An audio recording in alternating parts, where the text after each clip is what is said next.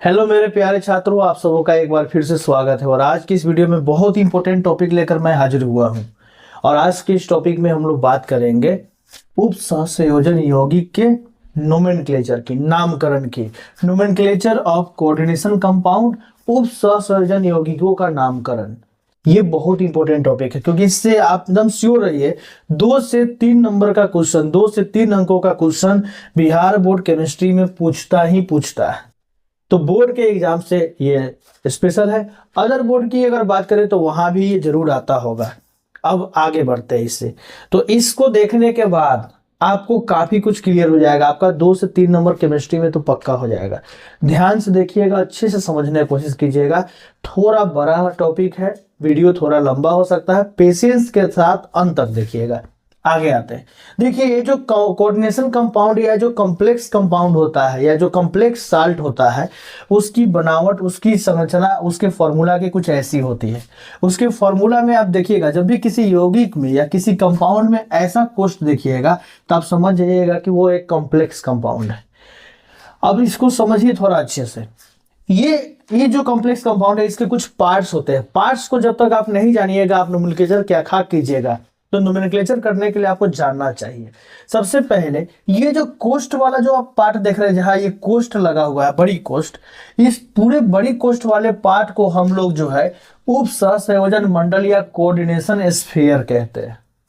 और इसके बाहर जो भी पाया जाता है उसको हम लोग आयनन मंडल या आयोनाइजेशन स्फीयर कहते हैं। ये बात ध्यान रखना है। अब आते हैं नेक्स्ट। इस बड़ी कोष्ठ वाले पार्ट के अंदर ये जो आप देखते हैं, ये हमेशा यहाँ धातु होता है। लेफ्ट साइड में यहाँ देखिए धातु कोई रहेगा, कोई मेटल रहेगा, तो उसको हम लोग केंद्रीय धातु परमाणु या सेंट्रल मेटल एटम कहते हैं। और उसके साथ में जो ग्रुप जुड़ा हुआ रहेगा या कोई सिंगल एटम जुड़ा हुआ रहेगा, वो लिगेंड कहलाता है। उसको हम लोग लिगेंड कहते हैं। और ये उस लिगेंड की संख्या होती है। और ये जो इसके अंदर आयनन मंडल के अंदर ये जो आयन यहाँ पे है, उसको हम लोग काउंटर आयन कहते हैं। तो एक बार अच्छे से सबको देख लीजिए। ये पूरा कोऑर्डिनेशन स्फीयर, ये आयनन मंडल आयोनाइजेशन स्फीयर, इसको सेंट्रल मेटल एटम कहते हैं, इसको लिगेंड कहते हैं, इसको काउंटर आयन कहते हैं। समझ गए? चलिए आगे बढ़ते हैं। अब आते हैं लिगेंड जो होते हैं। वो लिगेंड करते क्या है, वो केंद्रीय परमाणु को lone pair of electron, lone pair का मतलब होता है 2 इलेक्ट्रॉन क्या करते हैं, वो दान करते हैं। 2 इलेक्ट्रॉन दान करते हैं। जैसे एक समझिए, अमोनिया की अगर हम बात करते हैं तो अमोनिया के में नाइट्रोजन के पास देखिए 2 इलेक्ट्रॉन बचा हुआ होता है। इसी को लोन पेयर कहते हैं। इसी को वो क्या करते हैं, केंद्रीय परमाणु को दान करते हैं और उसके जरिए एक कोऑर्डिनेशन बॉन्ड बनता है। इसलिए इनको कोऑर्डिनेशन कंपाउंड कहा जाता है। समझ गए? तो इसको लिगेंड कहते हैं। लिगेंड भी कई तरह के होते हैं। वे जो एक लोन पेयर देते हैं, एक जोड़ा इलेक्ट्रॉन देते हैं, कोई 2 जोड़ा दे सकते हैं, कोई 3 जोड़ा, कोई 4 जोड़ा दे सकते हैं एक बार में। तो एक दंती, द्विदंती, त्रिदंती, चतुर्दंती, पंचदंती, षष्ठदंती और बहुदंती लिगेंड, इतने तरह के लिगेंड होते हैं। एक दंती मतलब एक बार में एक लोन पेयर, द्विदंती माने एक बार में 2 लोन पेयर दे सकते हैं, त्रिदंती यानी 3 दे सकते हैं। तो इसको ध्यान में रखना है। अब नेक्स्ट टॉपिक पे आते हैं। उप सहसंयोजन संख्या, कोऑर्डिनेशन नंबर। तो एक कोऑर्डिनेशन नंबर आप पढ़े होइएगा सॉलिड स्टेट पहला चैप्टर में, और एक कोऑर्डिनेशन नंबर आप यहां भी पढ़िएगा। और उसका तेगा कंसेप्ट इसका थोड़ा अलग है। अब कैसे समझेंगे? अब समझिए, यहाँ आपके सामने कुछ यौगिक कॉम्प्लेक्स कंपाउंड दिए हुए हैं। इन कॉम्प्लेक्स कंपाउंड में हमें इसका कोऑर्डिनेशन नंबर निकालना है। कोऑर्डिनेशन नंबर किसका निकलता है? तो कोऑर्डिनेशन नंबर निकलता है इसका, ये केंद्रीय परमाणु का कोऑर्डिनेशन नंबर निकलता है कि ये कितने लिगेंड से और कितने लोन पेयर के साथ जुड़ा हुआ है। ये इससे हमको पता चलता है। जैसे यहाँ अमोनिया NH3 की अगर हम बात करें, ये NH3 कॉपर के साथ जुड़ा हुआ है। तो हम कैसे जानेंगे कि इसका कोऑर्डिनेशन नंबर क्या है? तो याद रखना, ये चूंकि एक दंती लिगेंड है, यूनिडेंटेड है, एक बार में एक लोन पेयर देता है। तो याद रखना, इसका कोऑर्डिनेशन नंबर निकालने का तरीका, अगर एक दंती होगा तो उसके बगल में जो संख्या होगा वही उसका कोऑर्डिनेशन नंबर हो जाएगा। या अगर एक दंती है तो 1 और इसकी संख्या 6 से गुना करेंगे तो कितना हो जाएगा, 6। तो कोऑर्डिनेशन नंबर 6। ये जो ऑक्सलेट है हमारा C2O फिर, ये जो होता है हमारा बाइडेंटेड होता है। तो इसका अगर संयोजकता की बात करें इसके लोन पेयर देने की क्षमता 2 है और संख्या कितनी है 3, तो गुना करेंगे तो टोटल कितना हो जाएगा 6। तो कोऑर्डिनेशन नंबर यहाँ भी 6 है। इन की अगर हम बात करें तो इन जो है ये भी हमारा इसका ये भी बाइडेंटेड होता है और इसका भी संख्या कितना है 3 है, तो इंटू हो गया कितना हो जाएगा 6 हो जाएगा। चलिए थोड़ा और देखते हैं डिटेल्स। तो कोऑर्डिनेशन नंबर समझ गए, जैसा लिगेंड जुड़ा होगा उस लिगेंड की संयोजकता से गुना कर देंगे उसकी संख्या में, तो उतने तरह का हमें क्या निकल जाएगा कोऑर्डिनेशन नंबर निकल जाएगा। अब इसके लिए आपको थोड़ा बुक वगैरह का सहारा लेना होगा कि कितने तरह का लिगेंड होता है, लिगेंड के प्रकार, उसकी देने की क्षमता, लोन पेयर देने की जो उसका क्षमता है, वैलेंसी वगैरह, ये सब टाइप का थोड़ा उसको देख लीजिएगा अच्छे से, ठीक है, तब आगे बढ़े। क्योंकि वीडियो ज़्यादा लंबा हो जाता है इसलिए हमने उस पार्ट पे उतना फोकस नहीं किया, केवल निकालने का तरीका बता दिया। अब लिगेंड क्या होता है, कितने प्रकार का होता है, उसके कौन कौन से लिगेंड यूनिडेंटेड है, कौन बाइडेंटेड है, इसका एक लिस्ट आप याद कर जाइएगा। आगे आते हैं, अब आते हैं केंद्रीय धातु परमाणु की ऑक्सीकरण संख्या। ये सब हम क्यों पढ़ा रहे हैं, क्योंकि इसका जरूरत पड़ेगा नामकरण में। तो अभी ये जो केंद्रीय धातु परमाणु कौन, ये बाहर वाला धातु नहीं, ये जो कोष्ठ के अंदर में, ये जो कोष्ठ है उसके अंदर में जो मेटल होगा उसी को हम सेंट्रल मेटल एटम कहते हैं। और उसी का हम क्या निकालेंगे, अब ऑक्सीकरण संख्या निकालना सीखेंगे। कैसे निकालेंगे ऑक्सीकरण संख्या, चलिए आगे बढ़ते हैं। ऑक्सीकरण संख्या निकालने के लिए क्या करेंगे, अगर ये जो आप देख रहे हैं, ये जो आप कॉम्प्लेक्स पार्ट देख रहे हैं, ये जो आप बड़ी कोष्ठ वाला पार्ट देख रहे हैं, अगर इसके बाहर कोई आयन है तो आपको पहले उसको ब्रेक करना होगा, पहले उसको तोड़ना होगा। केवल अगर ये रहता तो तोड़ने की जरूरत नहीं थी, लेकिन इसके बाहर में अगर कोई काउंटर आयन रहे तो आपको इस साल्ट को तोड़ना होगा। जब ये साल्ट टूटता है, जब ये कंपाउंड टूटते हैं आयनों में, तो याद रखना ये पूरा का पूरा एक साथ जाते हैं, संकुल कहलाते हैं, एक साथ फैमिली की तरह एक साथ जाएंगे और ये बाहर वाला अलग हो जाएगा। तो अब ये तोड़ेंगे, तो तोड़ना तो आप जानते ही है, पोटेशियम की संयोजकता कितनी होती है, +1 होती है, तो इस पर 1 प्लस आ गया और इसकी संख्या इसके आगे लिख देते हैं, तो वही लिख दिए। दूसरा बात, कहा जाता है कि किसी ये देखिए कंपाउंड टूटने से पहले इस पर टोटल चार्ज देखिए क्या था, कोई चार्ज नहीं था, 0 था, तो टूटने के बाद भी चार्ज 0 होना चाहिए। तो चूंकि यहाँ पे कितना प्लस हो गया, 4K प्लस हो गया, 4 प्लस हो गया, तो 4 माइनस इस पूरे पर आएगा। इस तरह से हमने इसको तोड़ दिया। अच्छा, तोड़ने के बाद में अब हमने देखा, अब हमको इससे मतलब, क्योंकि हमको इसका ऑक्सीडेशन स्टेट निकालना है, तो अब हम इससे मतलब रखेंगे। अब इसमें हम क्या करेंगे, एक बात ध्यान रखना है, जिसका ऑक्सीडेशन स्टेट निकालना है उसके ऑक्सीडेशन स्टेट को X मान लेंगे, X मान लिया। और सियानाइड का संयोजकता आप याद किए होंगे, कुछ धन मूलक कुछ ऋण मूलक होते हैं, कुछ ऋण मूलकों का आपने संयोजकता याद किया होगा, नाइट्रेट का 1, सियानाइड का 1, क्लोरीन ब्रोमीन आयोडीन का 1। तो उसी तरह सियानाइड का संयोजकता -1 होता है, माइनस में होता है। तो इसका ऑक्सीडेशन स्टेट की बात करें तो -1 और संख्या कितनी है इसकी 6, तो 6 से गुना कर देंगे तो क्या हो जाएगा, अंत में हमें क्या मिलेगा, ये 6 से गुना करेंगे। साथ ही साथ अब देखिए शुरू कहाँ से हुआ, इससे हम शुरू किए, इस पे आए, संख्या से गुना किए।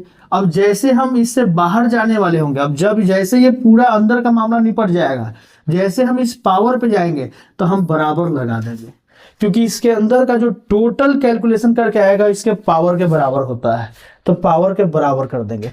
पावर के बराबर करने के बाद अब क्या है जी, अब तो बीजगणित आ गया 6ठा 7वां क्लास का कि x - 6 = है -4। तो -6 को उधर ले जाइएगा तो x का वैल्यू कितना आ जाएगा, +2। यानी यहाँ ये जो आयरन यानी लोहा है, यहाँ आयरन का ऑक्सीडेशन स्टेट +2 है। चलिए आगे बढ़ते हैं नेक्स्ट। उसी तरह एक और कंपाउंड देखिए, उस बार क्या था, उस बार ये था कि बाहर में पोटेशियम था काउंटर आयन में, यहाँ काउंटर आयन में क्लोरीन यानी कि क्लोराइड है, जो कि क्या है, निगेटिव होता है। पोटेशियम पॉजिटिव मूलक होता है, क्लोराइड निगेटिव मूलक होता है। तो हम पहले क्या करेंगे, अगर इस कोष्ठ से बाहर अगर कोई आयन है तो हम पहले तोड़ेंगे। तो आपको टेक्निक सिखाया है, जब भी कोई कॉम्प्लेक्स कंपाउंड टूटता है तो ये कोष्ठ वाला एक साथ रहेगा संकुल के रूप में, और जो बाहर वाला है वो अलग हो जाएगा, अलग होगा। तोड़ने का तरीका आप सीखे होइएगा, एक फॉर्मूला आप पढ़े होइएगा तोड़ने का, जैसे कि AMBN है। तो तोड़ने का फॉर्मूला क्या होता है, ये M इसके आगे, ये N इसके आगे, इसका पावर इसके माथे और इसके नीचे वाला इसके माथे, ये पढ़े होइएगा। तो ठीक वही काम करना है। ये 2 क्लोराइड आयन के आगे आ जाएगा। दूसरा बात, क्लोराइड क्या होता है, ऋण मूलक होता है। तो इस पे माइनस आएगा, इसकी संयोजकता -1 होती है तो 1 माइनस आएगा। अब चूंकि 2 को क्लोराइड आया था तो यहाँ भी 2 हो गया, यानी टोटल माइनस कितना हो गया 2। तो जितना टोटल माइनस होगा उतना ही टोटल प्लस चढ़ेगा कॉम्प्लेक्स कंपाउंड पे। तो इस पे आ गया पूरे पर, ये पूरे कोष्ट पे +2 आ गया। अब हम किस में इंटरेस्टेड है, हम निकेल यानी ये है केंद्रीय परमाणु, इसकी ऑक्सीडेशन स्टेट निकालना चाहते हैं। तो जिसका ऑक्सीडेशन स्टेट निकालना उसको क्या मानिए X। अमोनिया, अमोनिया क्या होता है, एक न्यूट्रल लिगेंड होता है। न्यूट्रल मतलब इस पे ना तो प्लस होता है ना ही माइनस होता है, तो इसलिए इसका जो 0 होगा, इसका जो ऑक्सीडेशन स्टेट होगा वो क्या ले लेंगे 0। संख्या कितना है 6, गुना करेंगे और जैसे ही अंदर का काम खत्म होगा तो बराबर लगाएंगे और ये जो ऊपर में जो भी पावर है उसके बराबर कर देंगे। तो अंत में हो जाएगा x + 0 = 2 और 0 का कोई वैल्यू है नहीं प्लस में, तो x = कितना हो जाएगा 2। तो यहाँ भी निकेल का ऑक्सीडेशन स्टेट कितना हो गया +2 आ गया। समझ गए। अब इस तरह से हम लोग ऑक्सीडेशन स्टेट निकालते हैं। एक और कंपाउंड देखेंगे। इस बार क्या है कि ये कोष्ट वाला जो भाग है, ये कॉम्प्लेक्स पार्ट जो है, इसके बाहर में कोई भी आयन नहीं है, ना तो कोई पॉजिटिव आयन है ना ही कोई निगेटिव आयन है, केवल और केवल यही है। तब इसको कैसे सॉल्व करेंगे, इसमें हम इंटरेस्टेड है कोबाल्ट का ऑक्सीडेशन स्टेट निकालने में। बाकी सब जो भी दिख रहा है सब लिगैंड है। कैसे पहचानेंगे कि सर काउंटर आयन कौन है, लिगैंड कौन है, इसके लिए आपको लिगैंड का पढ़ाई करना पड़ेगा। लिगैंड के सारे प्रकार आपको उदाहरण देख के जाने हैं, देखते आप समझ जाएंगे ये सब लिगैंड है। लिगैंड है तो अब आगे आते हैं, ये क्या है जी कोबाल्ट। कोबाल्ट का ऑक्सीडेशन स्टेट निकालना है, मान लेते हैं X। इन क्या है, इन एक कंपाउंड होता है तो ये न्यूट्रल होता है, तो इसका भी ऑक्सीडेशन स्टेट 0। सब आपको पढ़िएगा जब तो पता चल जाएगा। संख्या 2 है तो 2 से गुना करेंगे। क्लोराइड आयन 1 है तो 1 माइनस हो जाएगा और ONO इसका भी ऑक्सीडेशन स्टेट क्या होता है -1 होता है, तो इसको आप ध्यान रखिएगा -1 हो जाएगा। और सब कैलकुलेट करके X का वैल्यू कितना आएगा +2। तो यहाँ कोबाल्ट का ऑक्सीडेशन स्टेट कितना है 2 है। अब क्यों ऑक्सीडेशन स्टेट निकालना है उसके पीछे एक कारण है। चलिए अब आगे आते हैं। नोमेनक्लेचर ऑफ कोऑर्डिनेशन कंपाउंड के कुछ रूल्स देखते हैं। अब रूल नंबर 1, धनायन का नाम ऋणायन से पहले लिखना है। हमेशा याद रखना है जब भी किसी कंपाउंड का हम नाम लिखते हैं, अगर उसमें प्लस और माइनस धनायन और ऋणायन है तो पहले हम धनायन का नाम लिखते हैं फिर ऋणायन का। तो जैसे इस कंपाउंड को देखिए, अगर आप इसको ब्रेक कीजिएगा तो देखिए क्या निकल के आएगा K+ और इस पूरे पे क्या चलेगा माइनस। तो हम माइनस वाले से पहले, इस पूरे से पहले इसका नाम लिखेंगे। तो हम इसका नाम लिखेंगे क्या पोटेशियम। इसको हम लोग पोटेशियम ही बोलते हैं, तो इसको लिखेंगे पोटेशियम, चाहे प्लस के रूप में रहे चाहे K रहे, पोटेशियम। अब आते हैं, अब जब हम इसका नाम लिखने आएंगे अंदर वाले का, तो उसका नाम आप कुछ और इस टाइप का देख रहे हैं, तो उस पर हम आएंगे, बारी बारी से आएंगे। लेकिन पहले आप ये समझिए कि रूल नंबर 1 क्या कर रहा है कि अगर कोई कॉम्प्लेक्स कंपाउंड में ये भी है और बाहर में भी कुछ है तो पहले उसको आयनों में तोड़ेंगे। जो धन आयन वाला पार्ट होगा उसका पहले नाम लिखेंगे। अगर इस पे प्लस आता है तो पहले हम इसका नाम लिखते हैं, अगर ये माइनस में होता है तो बाद में इसका नाम लिखते हैं। दूसरा बात, ये जो कॉम्प्लेक्स वाला पार्ट होता है, ये जो कोष्ट वाला पार्ट है, ये इस पार्ट का नाम हम बिना स्पेस दिए, देखिए यहाँ बीच में स्पेस है, खाली जगह है, यहाँ पे कहीं आपको स्पेस नहीं दिखेगा, सब सटा हुआ होगा एक दूसरे से, बिना स्पेस दिए एक लाइन में सबको लिखेंगे। ये बात ध्यान रखना। चलिए आगे आते हैं। रूल नंबर 2, संकुल आयन में पहले लिगेंड का नाम फिर केंद्रीय धातु परमाणु का नाम लिखते हैं। वही वाला उदाहरण लेते हैं, ये K4FeCN6 वाला उदाहरण लेते हैं। तो हम पहले इसको ब्रेक करेंगे तो ऐसे टूटेगा, तो धनायन आ जाएगा। पहले हम धनायन का नाम लिखेंगे, फिर ऋणायन की बारी आएगी। ऋणायन कौन सा पार्ट है जी, कॉम्प्लेक्स पार्ट है, तो उसमें कह रहा है संकुल आयन। ये जो संकुल है, इस संकुल आयन इसको पूरा को बोलते हैं। तो इस संकुल आयन में अब अंदर में जब हम नाम लिखने जाएंगे तो इसका नाम नहीं लिखेंगे, पहले हम लिगेंड का नाम लिखेंगे। तो पहले लिगेंड का नाम आएगा, जैसे आप देखिए यहाँ पोटेशियम, ये लिखने के बाद जब हम अंदर में आए तो देखिए पहले साइनो लिखा हुआ है, सियानो लिखा हुआ है, और तब फेरेट यानी आयरन को हम लोग दिखाया है। तो रूल नंबर 2 क्या है, हम लोग लिगेंड का नाम लिखेंगे, इसको ध्यान रखना पहले। अब यहाँ पे एक चीज थोड़ा ध्यान रखिएगा, विभिन्न लिगेंडों के नाम आपको याद रखने हैं। कुछ लिगेंड आपके सामने यहाँ दिए हुए हैं, जैसे Cl- रहेगा तो क्लोरो इसको बोलेंगे, Br रहेगा तो ब्रोमो, फ्लोरीन रहेगा तो फ्लोराइड आयन रहेगा तो फ्लोरो, सियानो, ऑक्सो, पर ऑक्सो, हाइड्रोक्सो, सल्फेटो, है ना, सल्फाइडो, सॉरी सल्फाइडो, एमाइडो, NH2 रहेगा तो एमाइडो, अगर N रहेगा नाइट्राइडो, अगर फास्फोरस का रहेगा आयन तो फॉस्फाइडो। यानी अंत में क्या कर देते हैं, अगर आइड लगा हुआ है तो आइड हटा के उसकी जगह EO या E के स्थान पर O लगा देते हैं। तो ये बात ध्यान रखना है। तो आइड में E हटा के उसकी जगह O लगा देते हैं, ये आप ध्यान में रखिएगा। जिन ऋणावेशित लिगेंडों के नाम के अंत में एट लगा हुआ होता है, एट, जैसे कार्बोनेट, ऑक्जेलेट, सल्फेट, उसमें हम क्या करते हैं, एट में ई हटा कर उसकी जगह ओ लगा देते हैं। जैसे कार्बोनेट बन जाएगा कार्बोनेटो, ऑक्जेलेट बन जाएगा ऑक्जेलेटो, सल्फेट बन जाएगा सल्फाइटो, नाइट्रेट बन जाएगा नाइट्रेटो, और एसीटेट बन जाएगा एसीटेटो। बस इतना ध्यान रखना है, नाम में थोड़ा सा यहाँ चेंज आता है।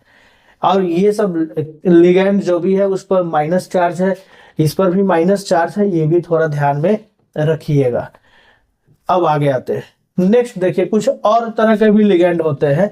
जैसे नाइट्राइट है तो उसको क्या करेंगे, नाइट्रीटो, ई हटा के ओ लगा देना है। ये इसको हम लोग नाइट्राइट में देखिए एक ये है, वो NO वाला होता है और एक NO2 माइनस वाला होता है, दोनों पे -1 चार्ज होता है। तो इसको हम देंगे नाइट्रीटो और इसको नाम देंगे नाइट्रो। तो NO2 को बोलेंगे नाइट्रो और ONO को बोलेंगे नाइट्रेटो, जो अभी थोड़ा देर पहले आया था, है ना। उदासीन लिगेंड होते हैं, कुछ उदासीन लिगेंड होते हैं जिसपे ना तो प्लस होता है ना ही माइनस होता है, उनका नामकरण हम क्या करेंगे, उनका नामकरण थोड़ा इस तरह से होगा, इसको ध्यान में रखना है। इन लिगेंडों का विशेष नाम से पुकारते हैं। जैसे NH3 अमोनिया को हम बोलेंगे एमीन, और एक और बात ध्यान रखिएगा, एमीन में यहाँ देखिए डबल एम है, ये बात ध्यान रखिएगा। जल को हम लोग बोलते हैं अक्वा, यहाँ पानी को अक्वा बोलेंगे। मोनोऑक्साइड, कार्बन मोनोऑक्साइड, CO को बोलेंगे कार्बोनिल, NO को बोलेंगे नाइट्रोसिल। तो ये बात ध्यान रखना है, इसको NO को नाइट्रोसिल, NO2 को नाइट्रो और ONO को नाइट्रेटो, इतना ध्यान रखना है। नेक्स्ट अगर हम आगे बढ़े तो कुछ और भी होता है। बहुदंडी एमिनो लिगेंड, एक ही एम का प्रयोग होता है, ये बात ध्यान रखना। बहुदंडी अगर एमिनो लिगेंड है तो उसमें एक ही एम का इस्तेमाल करना है। जैसे अगर केवल अगर NH3 की बात करेंगे तो वहां डबल एम रहेगा। और अगर हम बात कर लेते हैं बहुदंडी लिगेंड की, जैसे उदाहरण के तौर पे अगर देखें, आप इसको देखिए, CH2 से 2 NH2 जुड़ा हुआ है, तो देखिए इसको हम क्या बोलते हैं, इस पूरे ग्रुप को इसको हम लोग बोलते हैं एथिलीन। चूंकि 2 गो एमीन लटका हुआ है तो लिखेंगे डाई, और यहाँ देखिए डबल एम नहीं है, एक ही एम है, di amine, ethylene di amine. इसी को आप लोग शॉर्टकट में क्या बोलते हैं, इन बोलते हैं, एथिलीन डाई एमीन, इन कहा जाता है। कुछ धनावेशित लिगेंड के अंत में हम ईएम जोड़ देते हैं। जैसे ये देखिए, अमोनियम, नाइट्रोसोनियम, नाइट्रोनियम, NH3 है, ये वाला है हाइड्रोजीनियम, ये ईएम जोड़ दिया जाता है। कुछ कार्बनिक लिगेंड होते हैं, उनके मुल्कों के नाम, उन्हें मुल्कों को उनके नाम से ही जाना जाता है, उनके मुल्कों को। जैसे मेथिल, एथिल, फेनिल, ये सब उन्हीं वैसे ही जो आप ऑर्गेनिक में जानते हो उसी तरह से यहाँ है। साइक्लोपेंटा डाइएनिल, इस तरह के आप ध्यान में रखिएगा। पिरिडीन, PY, तो इसको ध्यान में रखिएगा। और एक और होता है हमारा, ये भी इंपॉर्टेंट है यहाँ, ये एथिलीन डाई एमीन, जिसको शॉर्टकट में इन कहते हैं।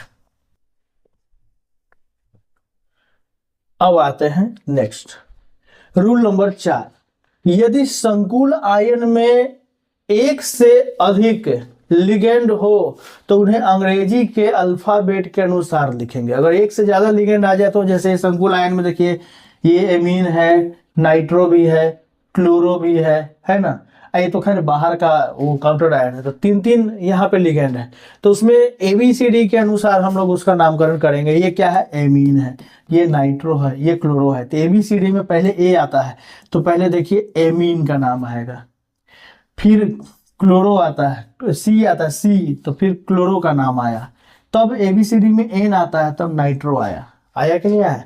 तो ये बात थोड़ा ध्यान में रखिएगा, है ना। और आगे बढ़ते हैं, देखते हैं, यहाँ भी देखिए उसी तरह से है, ये एमीन है, ये अक्वा है, और ये क्लोरो है। अब इसको समझिए, ये है अक्वा, ये है एमीन और ये है क्लोरो Cl। तो देखिए ABCD में दो दो ऐसे लिगेंड है जो जिनका टकरा गया पहला अक्षर A और A आ गया। अब इन दोनों में से पहले किसको लिखे, तो फिर जब पहला अक्षर टकरा जाएगा तो दूसरे पे चलेंगे। एमीन में A के बाद M है, यहाँ A के बाद Q है, और ABCD में पहले कौन आता है, M आता है, इसलिए एमीन का नाम पहले आएगा, अक्वा बाद में आएगा। इसलिए देखिए एमीन का नाम पहले आया है, फिर अक्वा आया है, तब क्लोरो आया है।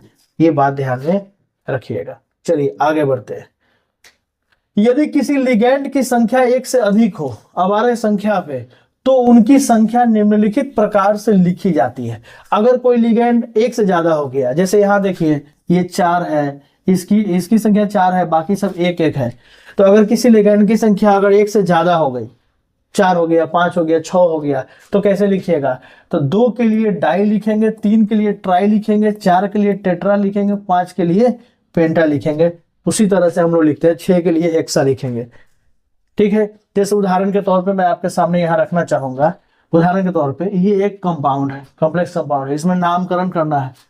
तो आप जानते हैं कि जब हम इसको तोड़ेंगे तो इस पे आएगा माइनस और इस पे आएगा प्लस। आप जानते हैं पहले प्लस वाले पार्ट का नाम लिखते हैं, तो पहले इनका नाम लिखाएगा, बाद में इसका नाम लिखाएगा। अच्छा, अब आते हैं, इसमें भी सबसे पहले लिगेंड का नाम लिखाएगा। लिगेंड में भी उस लिगेंड का नाम पहले लिखाएगा, अगर एक से अधिक लिगेंड है जो ABCD के अनुसार पहले आएंगे। तो इसमें देख रहे हैं एमीन पहले आएगा, तो पहले एमीन का नाम लिखाएगा।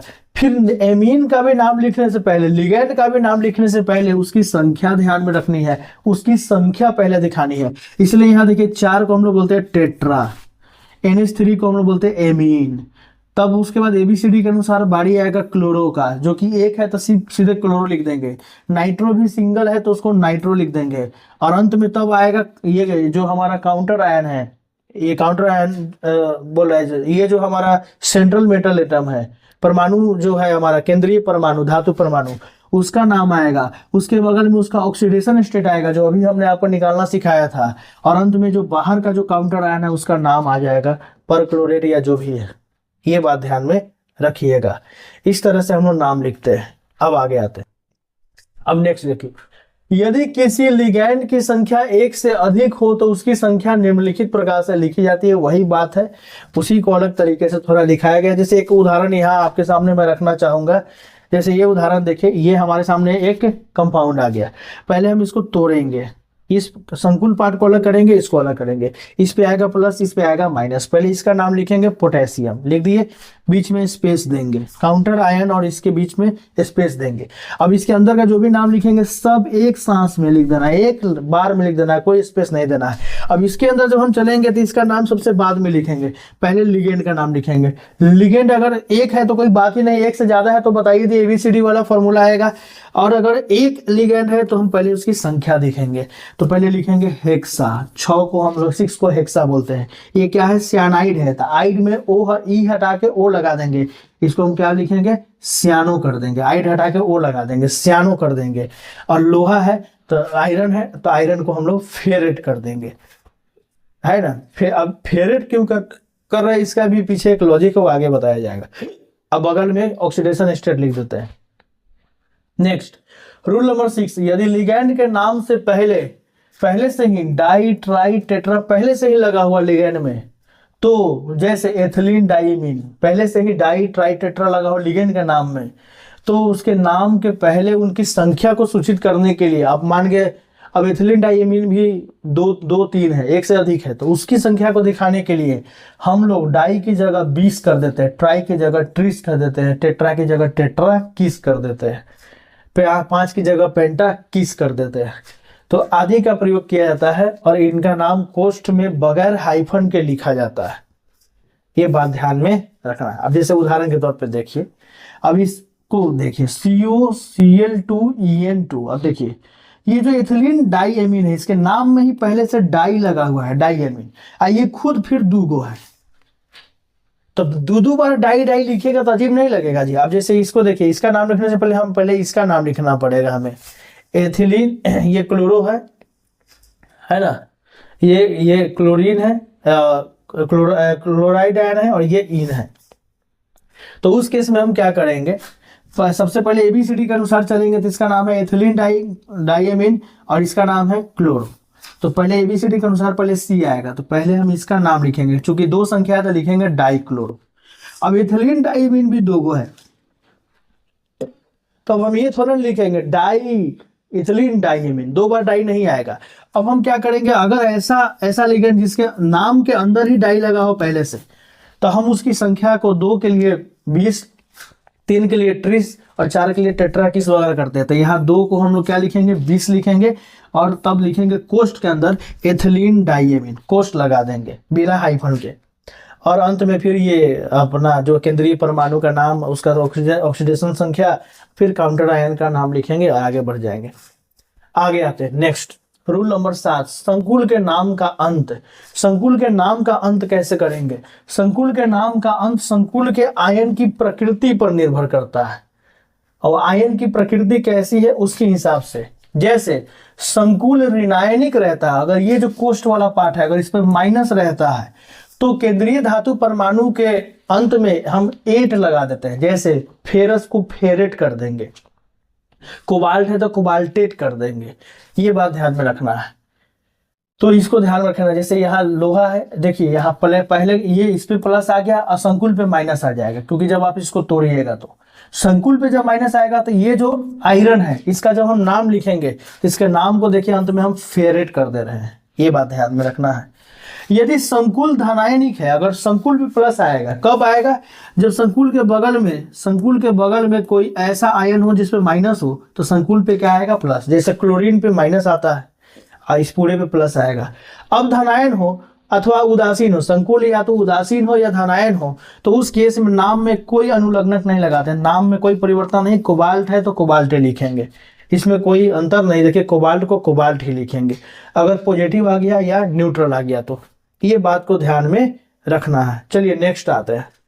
रूल नंबर 8, केंद्रीय धातु परमाणु की ऑक्सीकरण अवस्था को कोष्ठ में रोमन अंकों में लिखा जाता है। रोमन अंकों में, अगर ऑक्सीडेशन स्टेट 2 है तो रोमन में 2 लिख देंगे, ऑक्सीडेशन स्टेट 3 है तो रोमन में क्या कर देंगे? 3 लिख देंगे, जैसे आप यहाँ देख भी रहे हैं, है ना। आगे आते हैं नेक्स्ट, सेतु बनाने वाले लिगेंडों का नामकरण। कुछ लिगेंड ऐसे होते हैं जो सेतु बनाते हैं, ब्रिज बनाते हैं। जैसे उदाहरण के तौर पे देखिए, यहाँ एक कोबाल्ट है, यहाँ एक कोबाल्ट है, और इन दोनों कोबाल्टों को ये NH2 और ये OH दोनों एक दूसरे को जुड़ा हुआ है, 2 साइड से देख रहे हैं जुड़ा हुआ है। तो एमीन और हाइड्रोक्सो जो है ये एक दूसरे को, दोनों को जोड़ा हुआ है, यहाँ एक ब्रिज का काम कर रहा है, पुल का काम कर रहा है। तो इनका नामकरण करते समय 2 परमाणु, धातु परमाणु को जोड़ने वाले लिगेंड सेतु समूह या ब्रिज ग्रुप कहलाते हैं। और नामकरण में सेतु लिगेंड के नाम के पहले म्यू लगाया जाता है, ये म्यू का चिन्ह लगाकर लिखते हैं और इसके बीच में हाइफन डाल देते हैं, जो कि ब्रिज की तरह काम करता है। जैसे उदाहरण के तौर पे आपके सामने ये एक कंपाउंड है, इसका नाम लिखना है, तो इसका नाम जब लिखना है तो देखिए नाम हम कैसे लिखेंगे। इसमें कोबाल्ट का पहले ऑक्सीडेशन स्टेट निकालते हैं, तो सब जैसे एथिलीन के गो है 2 गो है तो 2 से गुना कर दिया इसकी संख्या, और एथिलीन का जो ऑक्सीडेशन स्टेट होता है वो 0 होता है, क्योंकि एक कंपाउंड होता है, न्यूट्रल कंपाउंड होता है। कोबाल्ट का हमें ऑक्सीडेशन स्टेट निकालना है तो X मान लिए। देखिए एमीन NH2 है तो इसका क्या होता है हमारा -1, OH का होता है -1, कोबाल्ट को X मान लिए, इनको फिर वही 2 × 0 कर लिए ये सब। और अंत में आगे, अब देखिए अंत में यहाँ आगे क्या दिख रहा है आपको? SO4 सल्फेट का संयोजकता कितना होता है? -2, या ऑक्सीडेशन स्टेट -2, संख्या 2 है तो 2 से गुणा करेंगे बराबर 0 करेंगे, क्योंकि टोटल कंपाउंड पे पावर क्या है? 0 है। और सबको अंत में कैलकुलेट करेंगे तो X का मान निकलेगा +3। यहाँ कोबाल्ट का ऑक्सीडेशन स्टेट आपने निकाल लिया। ऑक्सीडेशन स्टेट निकालने के बाद हमें अब इसका नामकरण करना है ना, हमें अब इसका नाम लिखना है। तो कैसे लिखेंगे? तो आप देखिए अब देखिए